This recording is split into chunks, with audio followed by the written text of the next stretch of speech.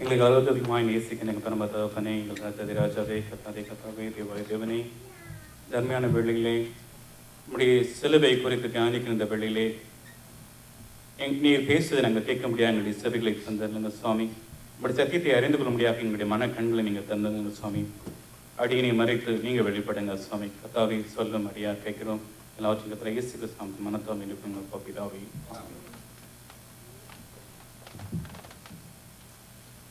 நம்முடைய சிலுவை நாதர் இயேசு கிறிஸ்து சிலுவையிலே கூறிய முதலாவது வசனம் லூக்கா எழுதின சுவிசேஷம் 23ஆம் அதிகாரம் 34ஆம் வசனத்தின் முதல் பாகம். அப்பொழுது இயேசு, பிதாவே, இவர்களுக்கு மன்னியும், தாங்கள் செய்கிறது இன்னதென்று அறியாதிருக்கிறார்களே. பிதாவே, இவர்களுக்கு மன்னியும், தாங்கள் செய்கிறது இன்னதென்று அறியாதிருக்கிறார்களே. இயேசு சிலுவையிலே அறையப்பட்ட பின்பு அவ்வளவு பாடுகள் மத்தியிலே, அவ்வளவு வேதனை மத்தியிலே யாரை மன்னிக்கும்படியாக பிதாவிடம் கேட்கிறார்.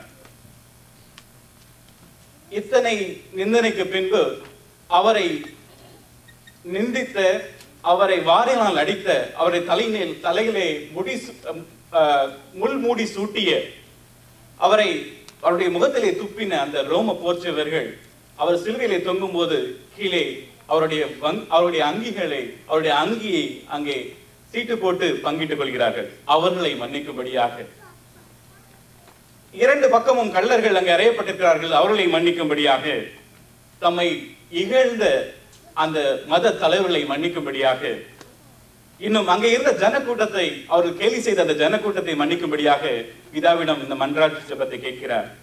2000 வருடங்களுக்கு பின்பு இன்றைக்கும் நம்முடைய பாவங்கள், நம்முடைய கோபம், நம்முடைய பெருமை, நம்மளுடைய மற்றவர்களை மன்னிக்க முடியாத அந்த பாவத்தினால் இன்றும் நாம் அவரை அனுதினமும் சிலுவையில் அறைந்து கொண்டிருக்கின்றோம். இன்னும் வேதனையோடு கூட, அவ்வளவு வேதனையின் மத்தியிலும் நாம் அவருடைய போகும்போது அவர் நம்மளை மன்னிக்கக்கூடிய அளவு கடந்த அன்புள்ள தேவனாக காணப்படுகிறார். எப்படி அவரால் இவ்வளவு பாடுகள் மத்தியிலும் கூட, இவ்வளவு வேதனை மத்தியும் கூட எப்படி அவரால் மன்னிக்க முடியுது? நாம சொல்லலாம், அவர் கடவுள், ஆனா உண்மையில சொன்னா 100க்கு 100 இந்த உலகத்துல மனிதனா வாழ்ந்து, ஒருவேளை டிவைன் பவர் அவர் காணப்பட்டால் கூட, அவர்கிட்ட காணப்பட்டால் கூட அதை யூஸ் பண்ணாம முழுக்க முழுக்க மனிதனாக இருந்து இந்த மன்னிப்பை அவர் பிதாவிடம் கேட்கிறார்.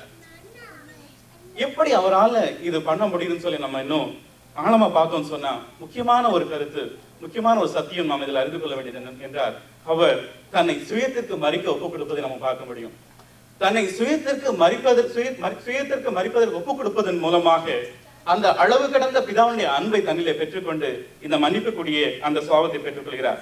எப்படி அவர் இந்த சுயத்துக்கு மறிப்பதற்கு ஒப்புக் கொடுக்க என்று பார்க்க போனால், நீங்கள் மத்தேயு எழுதின சுவிசேஷம் 26ஆம் அதிகாரம் 39ஆம் வசனம், 42ஆம் வசனம், 44ஆம் வசனம் பார்க்க போனால், கொஞ்சம் முன்னாடி பாஸ்டர் சொன்னாங்க, அதே மாதிரி தன்னை இந்த சிலுவை மரணத்துக்கு முன்பதாக ஆயத்தப்படுத்தும்படியாக ஒரு ப்ரிப்பரேஷன் டைம்களாக போறார்.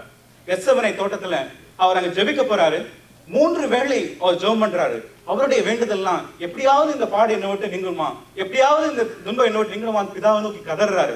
ரத்த வேர்வை சிந்தி கதற நேரத்துல அவர் சொல்லக்கூடிய முக்கியமான ஜெபத்தை நம்ம பார்க்கலாம். 39ஆவது வசனத்துல, என் பிதாவை, இந்த பாத்திரம் என்னை விட்டு நீங்க கூடுமானால் நீங்கும்படி செய்யும், ஆகிலும் என் சித்தத்தின்படி அல்ல, உம்முடைய சித்தத்தின்படி ஆக கடவுது என்று ஜெபம் பண்ணினார். இதே வசனத்தை இதே 2வது தரம் போகும்போதும் அதே சொல்றாரு, இது என்னை நீங்க கூடாதாகில் உம்முடைய சித்தத்தின்படி ஆக கடவுது. 3 வேளை ஜெபிக்கும் போதும் அவர் சொல்லக்கூடிய ஒரே ஒரு காரியம், இது என்னுடைய சித்தம் அல்ல சுவாமி. கண்ணு முன்னால அவருக்கு அந்த சிலுவை பாடுகள் தெரிந்தா கூட, அந்த மரண வேதனை தெரிந்தா கூட, அவர் செய்யக்கூடிய முக்கியமான காரியம், இது என்னுடைய சித்தம் அல்ல சுவாமி, முழுக்க முழுக்க உம்முடைய சித்தத்துக்கு ஒப்புக் கொடுக்கிறேன்னு சொல்லி பிதாவுடைய சித்தத்துக்கு முழுமையா ஒப்புக் கொடுக்கிறாரு. நம்ம இங்க பார்க்கக்கூடிய ஒரு முக்கியமான ஒரு காரியம் என்னன்னு சொன்னா, ஹெல்ப்லெஸ் டிபெண்டன்சி அப்பான் காட். முழுக்க முழுக்க 100% கம்ப்ளீட்டா பிதாவுடைய கைகளை அவருடைய பிதாவுடைய சித்தத்துக்கு ஒப்புக் கொடுக்கிறத பார்க்கிறோம். சோ இந்த கடைசி ஆதாமாகிய கிறிஸ்து இப்படியாக பிதாவினுடைய சித்தத்துக்கு மூலமா ஒப்புக் கொடுப்பதன் மூலமாக சுயத்திற்கு மறிக்கிறார். சுயத்திற்கு மறிக்க முழுமையாக அந்த இடத்துல ஒப்புக் கொடுக்கிறார். அந்த ஒப்புக் கொடுப்பதன் மூலமாக அங்கே அவர் அந்த மன்னிப்பின் அந்த கிருபையை அந்த இடத்துல அவர் நமக்காக கொண்டு வருகிறார். எப்படி இந்த சுயத்திற்கு மறிப்பதனுடைய அந்த முக்கியத்துவம் நம்ம ஆதாமோட கம்பேர் பண்ணும்போது இது எந்த அளவிற்கு ஆண்டவரை டிபெண்ட் பண்ணி எப்படி ஆண்டவரை டிபெண்ட் பண்ணி அந்த கிருபையை நம்ம பெற்றுக்கொள்ள முடியும் அப்படிங்கிறத பார்க்கும்போது ஆதாமுடைய எக்ஸாம்பிள் நம்ம பார்க்கலாம். ஆதியாகமம் அது எவ்வளவு அதாவது ஆண்டவரை டிபெண்ட் பண்ணாம சுயத்தை டிபெண்ட் பண்ணும்போது, சுயத்தை மறிக்காம சுயத்தை டிபெண்ட் பண்ணும்போது எந்த அளவுக்கு ஒரு டேஞ்சரான விஷயம் சொல்லி நம்ம பார்க்கலாம். ஆதியாகமம் 2ஆம் அதிகாரம் 16ஆம் வசனம் 17ஆம் வசனத்தை பார்க்கும்போது ஆதாமுடைய காரியத்தை நம்ம பார்க்கிறோம்.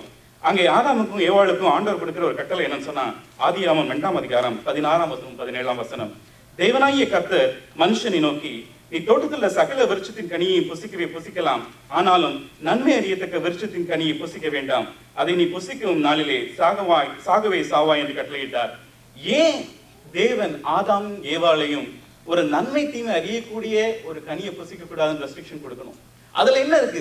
நன்மை தீமை அறிஞ்சிக்கிறதுல என்ன தப்பு இருக்கு? நம்ம பிள்ளைக்கு நாம சொல்லிக் கொடுக்கறது இல்லையா எது நன்மை எது தீமைன்னு சொல்லி? ஆண்டவரையா அந்த ரெஸ்ட்ரிக்ஷன் அந்த இடத்துல கொண்டு வரணும்னு சொன்னா அது ஒரு அழகான ஒரு சத்தியம் இருக்கு.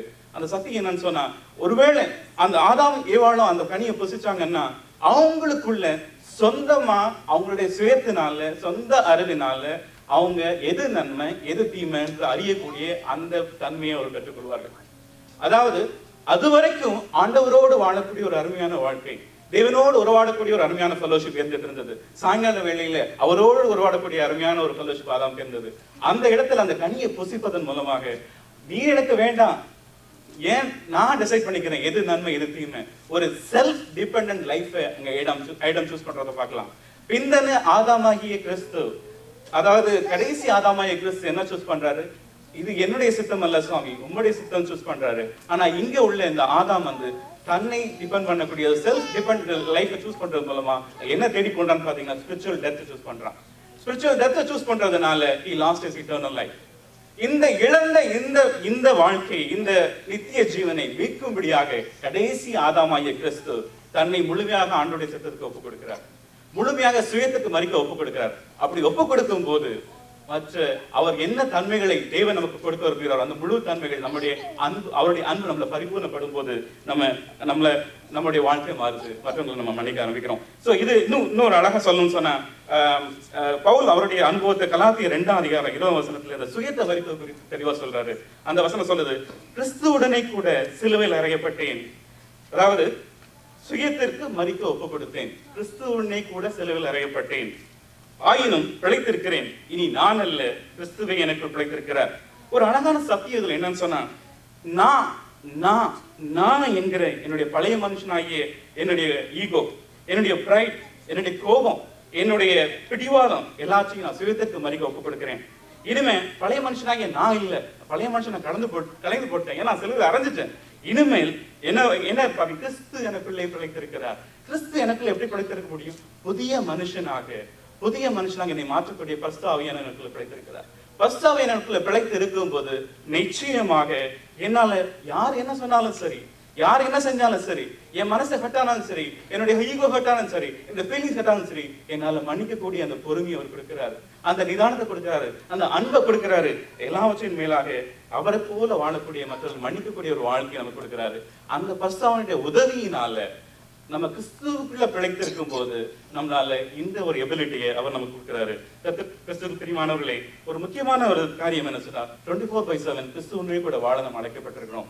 இந்த அழைக்கப்பட்ட வாழ்க்கையில நம்ம செய்யக்கூடிய ஒரு முக்கியமான ஒரு காரியம் இந்த சத்தியத்துல நான் கிறிஸ்துவை எனக்கு வெளிப்படுத்தணும்னு சொன்னா, அனுதினமும் காலையில் நம்ம சுயத்துக்கு மறிக்க ஒப்பு கொடுக்கணும். அனுதினமும் சில நிமிடங்கள் எடுக்க போது நம்ம சுயத்துக்கு மறிக்க ஒப்பு கொடுக்கணும். சுயத்துக்கு மறிக்க ஒப்பு கொடுக்க என்ன சொல்லுது?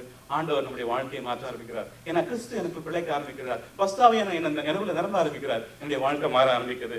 ஒரு கிளாடிஸ் கிரஹன் ஸ்டைன்ஸ் போல, ஒருவேளை நான் தப்பு பண்ணாட்டா கூட, மற்றவங்க தப்பு பண்ணினா கூட, நான் போய் மன்னிப்பு கேட்கக்கூடிய அளவுக்கு என்னை அவர் போல மாற்றக்கூடிய ஒரு கிருபையை நம்ம பெற்றுக்கொள்றோம். மற்றவங்களை மன்னிக்கக்கூடிய அந்த ஒரு தன்மையை நம்ம பெற்றுக்கொள்றோம்.